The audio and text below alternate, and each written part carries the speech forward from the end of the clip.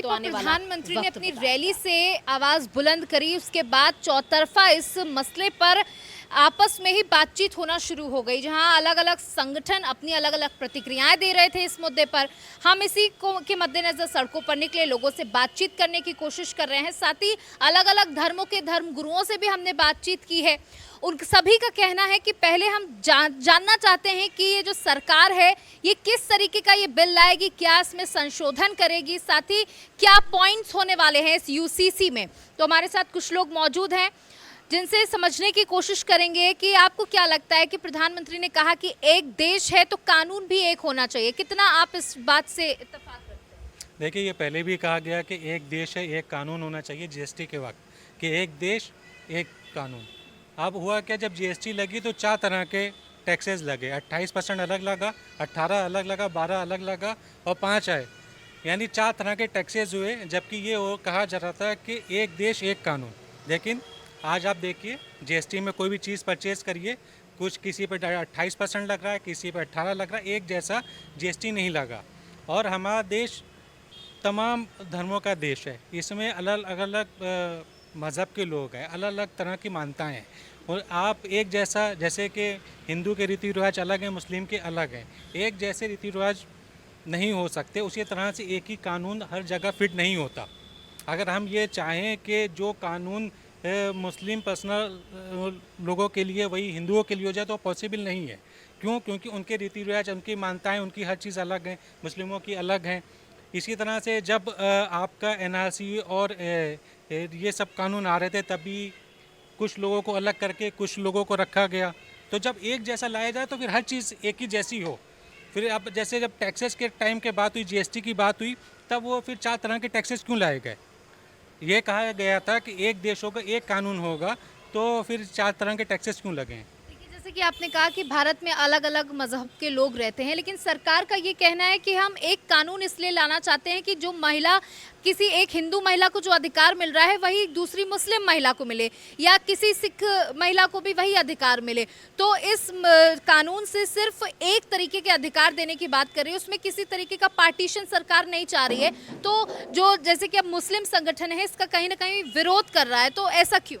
नहीं, विरोध कानून का सिर्फ इसलिए नहीं हो रहा है कि अधिकार वाला मामला है। हमारा कहना ये है कि अगर चीज़ लाई जाए तो वो सबके लिए फिर एक ही हो। फिर ये ना किया जाए कि बताया कुछ जा रहा हो कुछ रहा है। जैसे कि जीएसटी के टाइम में आपको याद है, ये हुआ नहीं हुआ, आज है या नहीं है। मार्केट में आप जाके कोई भी चीज़ परचेज करती हैं, एक ही तरह का टैक्स है, 3-4 तरह के टैक्सेस हैं। आप कार खरीदेंगे 28% है, कोई दूसरी चीज़ खरीदेंगे 18 है, 5 है, कपड़े खरीदते हैं 5 है, चप्पल खरीद रही हैं 12 है। एक टैक्स कब है? 4 तरह के टैक्सेज है। कानून को इजी करने के लिए ये जीएसटी लाई गई।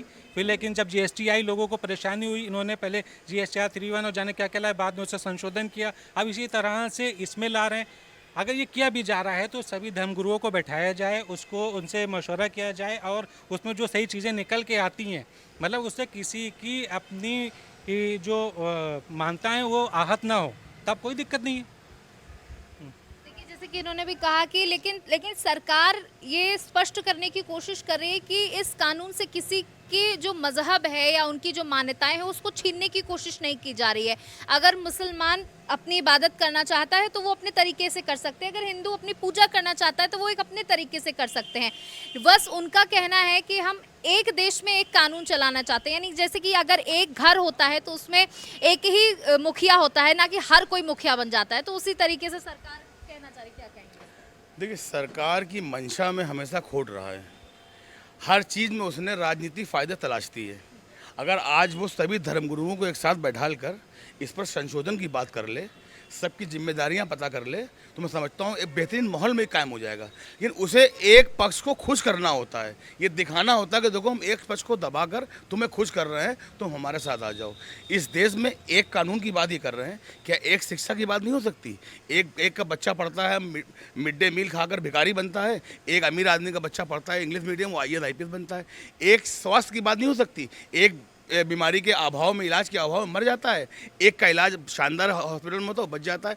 अब एक शिक्षा की बात करिए, एक स्वास्थ्य की बात करिए, एक उसके बाद फिर इसकी एक कानून की बात करिए। इस पर अमल होना चाहिए। सरकार ने हमेशा अपने मुद्दों में राजनीति तलाशने का काम किया है।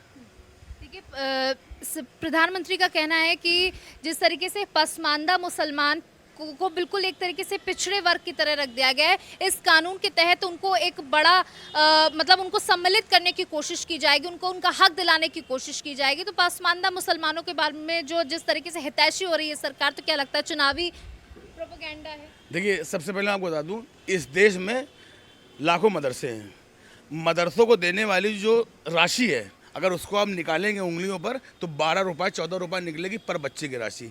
तो आपकी सोच अगर बच्चों के प्रति बेहतर होती तो हर बच्चे के हिस्से में 12-14 रुपये नहीं आते, हर बच्चे के हिस्से में एक बड़ा अमाउंट आता, जिससे वो खाली मौलवी ना बनता, वो कम से कम इंजीनियर ही बनता, वो डॉक्टर ही बनता, वो मदरसे जब निकलता तो एक ऐसा इंसान बन के निकलता कि वो 50,000 की नौकरी पा सकता था। लेकिन सरकार ने हमेशा चिल्लाया ज़्यादा है, काम कम किया। हमने क्या कहा, ऐलान और अमल में फ़र्क होता है। ये ऐलान तो खूब करते हैं, अमल नहीं करते।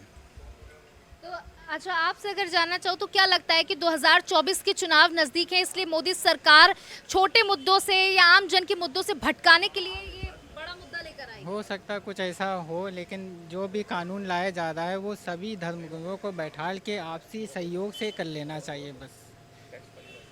इस पे आप क्या कहना चाहेंगे कि 2024 के चुनाव नजदीक है, साथ ही कुछ विधानसभा चुनाव हैं जो इस साल के अंत में होने वाले हैं। उत्तराखंड में तो इसका पूरा ड्राफ्ट भी तैयार हो चुका है, बस इंतजार है तो सत्र का और उस पर अमल किया जाएगा। देखिए, जैसे जैसे चुनाव करीब आएगा इस तरह की घोषणाएं हम लोग सुनते रहेंगे। अब उस पर कितना अमल होता है कितना नहीं, ये तो वक्त बताएगा। बस बेहतर ये है कि अगर कोई भी कानून बने तो वो किसी को भी किसी से कोई ठेस ना पहुँचे और सभी के हक में बेहतर होता है, तो किसी भी चीज़ से कोई आपत्ति नहीं है।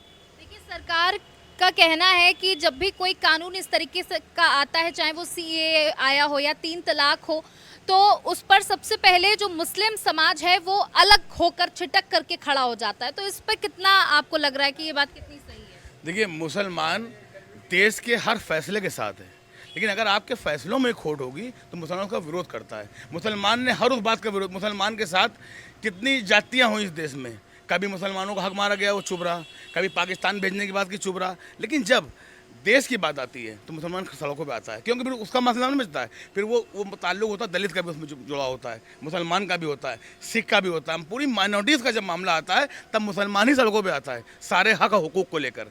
तब सरकार समझती है कि ये हमारे खिलाफ है। मुसलमान खिलाफ नहीं होता, मुसलमान नीतियों बात करना चाहता है आपसे। आइए खुले फ्लोर पर बात कीजिए और फिर हम हमारा फैसला लीजिए। हम हमेशा सरकार के आलोचक भी हैं और प्रशंसक भी हैं। बिल्कुल सही है, मैं सहमत हूँ इनसे। और ये आज की बात नहीं है, हमेशा से ही ऐसा ही होता आया है।